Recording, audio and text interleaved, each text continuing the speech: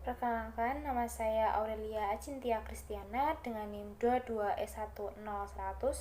Di sini saya akan menjawab pertanyaan yang telah diberikan dari Pak Greg untuk materi pendidikan yang menyembuhkan pada hari Jumat tanggal 4 November 2022.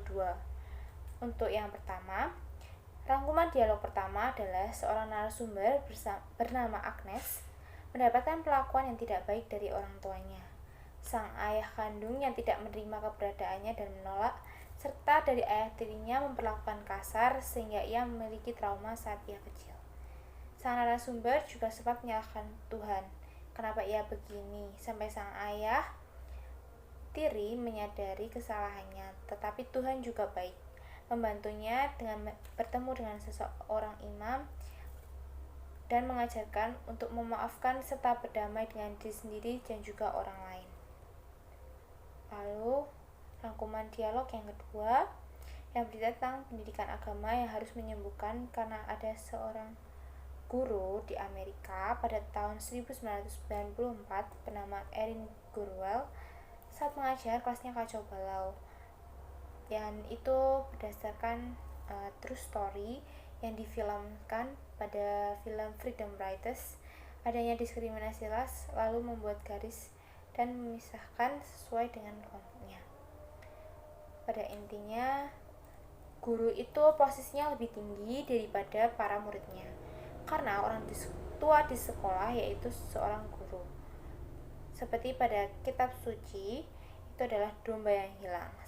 Saat salah satu murid hilang, maka Yesus mencarinya agar dapat belajar bersama. Ketiga, pendidikan agama. Menurut ajaran agama Katolik, tidak hanya pendidikan, tetapi tentang iman dan moral, seperti pada surat Rasul Paulus kepada jemaat di Korintus yang kedua, bab 12 ayat 9-10.